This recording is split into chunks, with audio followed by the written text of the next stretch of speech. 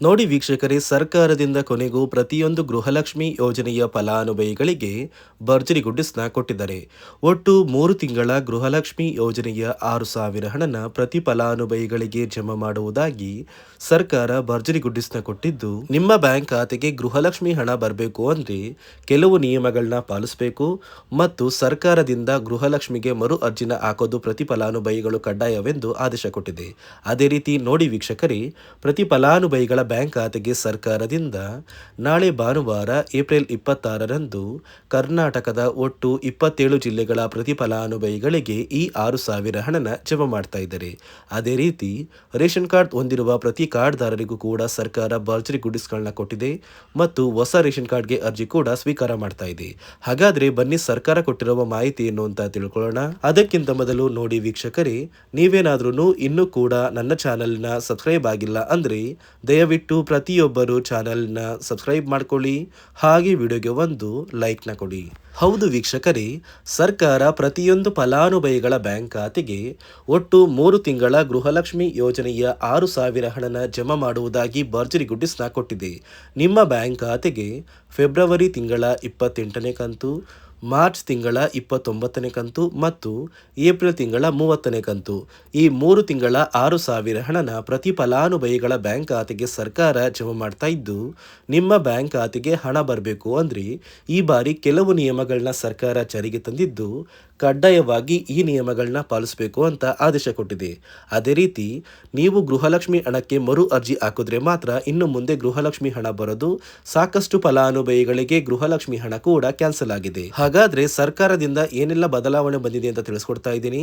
ಅದಕ್ಕಿಂತ ಮೊದಲು ನಾಳೆ ಭಾನುವಾರ ಏಪ್ರಿಲ್ 26ರಂದು ಕರ್ನಾಟಕದ ಯಾವ 27 ಜಿಲ್ಲೆಗಳಿಗೆ ಹಣ ಬರ್ತಾ ಇದೆ ಅಂದ್ರೆ, ಮೊದಲಿಗೆ ಬೆಂಗಳೂರು ನಗರ, ಬೆಂಗಳೂರು ಗ್ರಾಮಾಂತರ, ರಾಮನಗರ, ಚಿಕ್ಕಬಳ್ಳಾಪುರ, ಚಿತ್ರದುರ್ಗ, ದಾವಣಗೆರೆ, ಕೋಲಾರ, ಶಿವಮೊಗ್ಗ, ತುಮಕೂರು, ಚಾಮರಾಜನಗರ, ಚಿಕ್ಕಮಗಳೂರು, ದಕ್ಷಿಣ ಕನ್ನಡ, ಹಾಸನ, ಕೊಡಗು, ಮಂಡ್ಯ, ಮೈಸೂರು, ಉಡುಪಿ, ಬಾಗಲಕೋಟೆ, ಬೆಳಗಾವಿ, ವಿಜಯಪುರ, ಧಾರವಾಡ, ಗದಗ, ಹಾವೇರಿ, ಉತ್ತರ ಕನ್ನಡ, ಬಳ್ಳಾರಿ, ಬೀದರ್, ಕಲಬುರಗಿ, ಕೊಪ್ಪಳ, ರಾಯಚೂರು, ಯಾದಗಿರಿ ಮತ್ತು ವಿಜಯನಗರ, ಈ ಜಿಲ್ಲೆಗಳ ಪ್ರತಿಯೊಂದು ಫಲಾನುಭವಿಗಳಿಗೆ ಒಟ್ಟು 3 ತಿಂಗಳ ಗೃಹಲಕ್ಷ್ಮಿ ಯೋಜನೆಯ 6,000 ಹಣನ ಸರ್ಕಾರ ಜಮಾ ಮಾಡಲಿದೆ.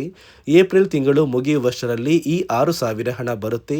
ಅದೇ ರೀತಿ ನೀವು ಹಣ ಪಡಿಬೇಕು ಅಂದರೆ ಕೆಲವು ಹೊಸ ನಿಯಮಗಳು ಕೂಡ ಜಾರಿಗೆ ಬಂದಿದೆ ಮತ್ತು ಗೃಹಲಕ್ಷ್ಮಿ ಯೋಜನೆಗೆ ಮರು ಅರ್ಜಿ ಹಾಕೋದು ಕಡ್ಡಾಯವಾಗಿದೆ. ಯಾವ ಕಾರಣಕ್ಕೆ ನೀವು ಮರು ಅರ್ಜಿ ಹಾಕಬೇಕು ಮತ್ತು ಏನೆಲ್ಲ ನಿಯಮಗಳನ್ನ ಪಾಲಿಸಬೇಕು ಅಂತ ತಿಳಿಸ್ಕೊಡ್ತಾ ಇದ್ದೀನಿ. ಬನ್ನಿ, ನಿಮ್ಮ ಬ್ಯಾಂಕ್ ಖಾತೆಗೆ ಹಣ ಜಮಾ ಆಗಬೇಕು ಅಂದ್ರೆ ಈ ಏಪ್ರಿಲ್ ತಿಂಗಳಲ್ಲಿ ಒಂದು ಮುಖ್ಯವಾದ ಕೆಲಸನ ನೀವು ಮಾಡಬೇಕಾಗುತ್ತೆ. ಅಂದ್ರೆ ಗೃಹಲಕ್ಷ್ಮಿಗೆ ಮರು ಅರ್ಜಿನ ಹಾಕೋದು ಕಡ್ಡಾಯವಾಗಿದೆ. ನೀವು ಮರು ಅರ್ಜಿ ಹಾಕಿದ್ರೆ ಮಾತ್ರ ನಿಮ್ಮ ಬ್ಯಾಂಕ್ ಖಾತೆಗೆ ಗೃಹಲಕ್ಷ್ಮಿ ಹಣ ಬರೋದು. ಹಾಗಾದ್ರೆ ಹೇಗೆ ಈ ಮರು ಅರ್ಜಿನ ಹಾಕಬೇಕು ಅಂತ ನೀವು ಕೇಳ್ಬೋದು, ಮತ್ತು ಯಾವ ಕಾರಣಕ್ಕೆ ಅಂತ ನೋಡಿ ವೀಕ್ಷಕರೇ, ಸುಮಾರು 2 ಲಕ್ಷಕ್ಕಿಂತ ಅಧಿಕ ಮಹಿಳೆಯರು ಗೃಹಲಕ್ಷ್ಮಿ ಯೋಜನೆಯಲ್ಲಿ ಇಲ್ಲಿಯವರೆಗೂ ಮರಣ ಹೊಂದಿದ್ದಾರೆ. ಸೊ ಮರಣ ಹೊಂದಿರುವ ಫಲಾನುಭವಿಗಳ ಒಂದು ಹೆಸರನ್ನ ಗೃಹಲಕ್ಷ್ಮಿ ಯೋಜನೆಯಿಂದ ಸರ್ಕಾರ ಕ್ಯಾನ್ಸಲ್ ಮಾಡಬೇಕು. ಯಾಕಂದ್ರೆ ಆ ಫಲಾನುಭವಿಗಳ ಬ್ಯಾಂಕ್ ಖಾತೆಗೆ ಇನ್ನೂ ಕೂಡ ಹಣ ಜಮಾ ಆಗ್ತಾ ಇದೆ.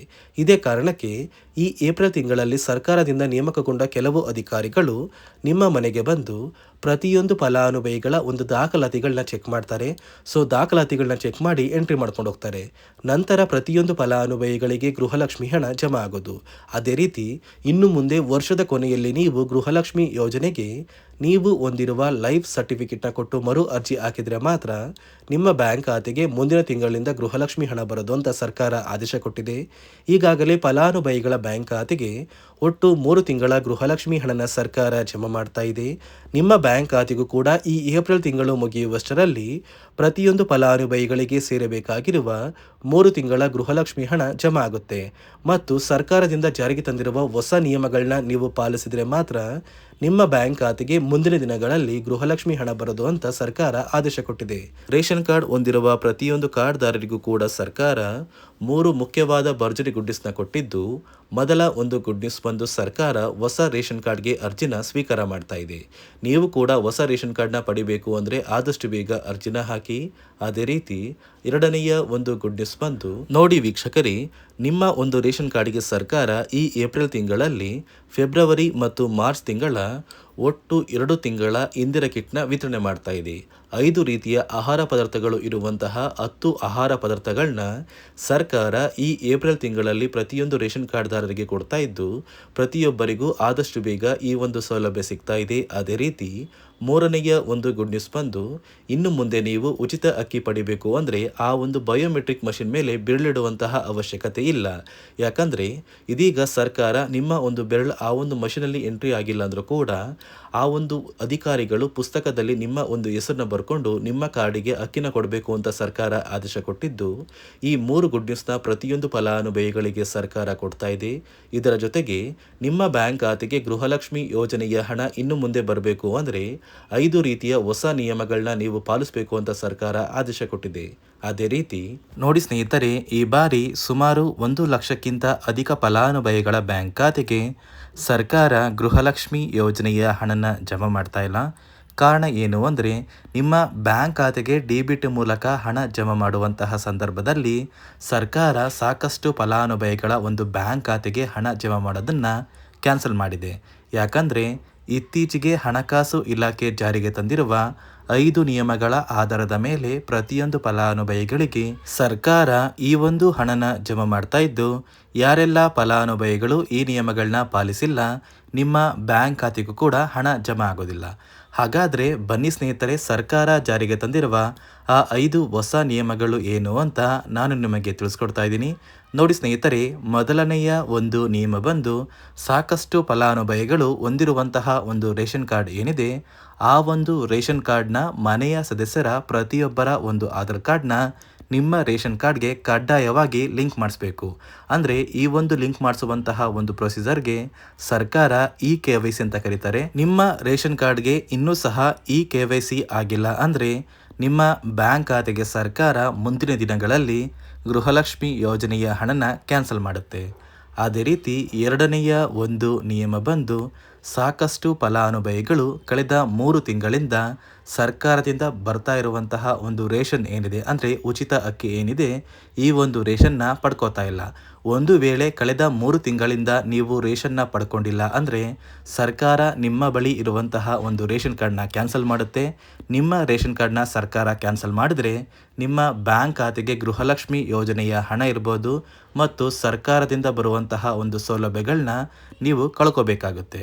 ಅದೇ ರೀತಿ ಮೂರನೆಯ ಒಂದು ನಿಯಮ ಬಂದು, ನೋಡಿ ಸ್ನೇಹಿತರೆ, ನಿಮ್ಮ ಬಳಿ ಇರುವಂತಹ ಒಂದು ಆಧಾರ್ ಕಾರ್ಡ್ ಏನಿದೆ, ಆ ಒಂದು ಆಧಾರ್ ಕಾರ್ಡ್ನ ಕಳೆದ 15 ವರ್ಷಗಳಲ್ಲಿ ನೀವು ಯಾವುದೇ ರೀತಿಯ ಒಂದು ತಿದ್ದುಪಡಿನ ಮಾಡಿಸಿಲ್ಲ ಅಂದರೆ ನಿಮ್ಮ ಬ್ಯಾಂಕ್ ಖಾತೆಗೆ ಸರ್ಕಾರ ಗೃಹಲಕ್ಷ್ಮಿ ಯೋಜನೆಯ ಹಣನ ಕ್ಯಾನ್ಸಲ್ ಮಾಡುತ್ತೆ.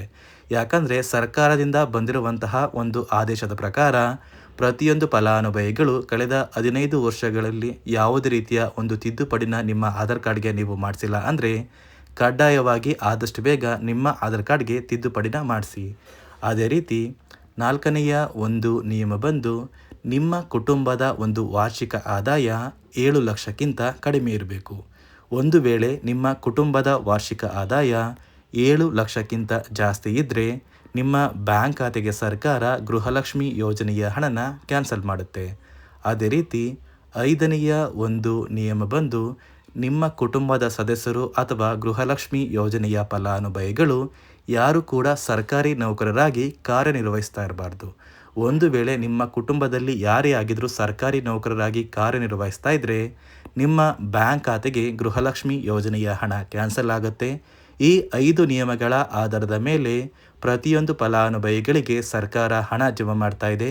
ಒಂದು ವೇಳೆ ನೀವು ಈ 5 ನಿಯಮಗಳನ್ನ ಪಾಲಿಸಿಲ್ಲ ಅಂದರೆ ನೀವು ಕೂಡ ಗೃಹಲಕ್ಷ್ಮಿ ಯೋಜನೆಯ ಹಣದಿಂದ ವಂಚಿತರಾಗಬೇಕಾಗುತ್ತೆ. ನೋಡಿ ವೀಕ್ಷಕರೇ, ಪ್ರತಿ ಫಲಾನುಭವಿಗಳಿಗೆ ಸರ್ಕಾರದಿಂದ ನಾಳೆ ಭಾನುವಾರ ಏಪ್ರಿಲ್ 26ರಂದು 3 ತಿಂಗಳ ಗೃಹಲಕ್ಷ್ಮಿ ಯೋಜನೆಯ 6,000 ಹಣನ ಸರ್ಕಾರ ಜಮಾ ಮಾಡ್ತಾ ಇದೆ ಮತ್ತು ರೇಷನ್ ಕಾರ್ಡ್ದಾರರಿಗೂ ಕೂಡ ಸರ್ಕಾರ ಭರ್ಜರಿ ಗುಡ್ಡಿಸ್ಗಳನ್ನ ಕೊಟ್ಟಿದೆ. ಪ್ರತಿ ಫಲಾನುಭವಿಗಳಿಗೆ ಎಲ್ಲ ರೀತಿಯ ಸೌಲಭ್ಯಗಳು ಆದಷ್ಟು ಬೇಗ ಸಿಗುತ್ತೆ ಅಂತ ಹೇಳ್ತಾ, ಇದಿಷ್ಟು ಸರ್ಕಾರದಿಂದ ಬಂದಿರುವ ಹೊಸ ಮಾಹಿತಿಯಾಗಿದ್ದು, ನಾನು ಕೊಟ್ಟಿರುವ ಮಾಹಿತಿ ನಿಮಗೆ ಇಷ್ಟ ಆಗಿದ್ದಲ್ಲಿ ದಯವಿಟ್ಟು ಪ್ರತಿಯೊಬ್ಬರು ನನ್ನ ಚಾನಲ್ನ ಸಬ್ಸ್ಕ್ರೈಬ್ ಮಾಡ್ಕೊಳ್ಳಿ, ಹಾಗೆ ವಿಡಿಯೋಗೆ ಒಂದು ಲೈಕ್ನ ಕೊಡಿ.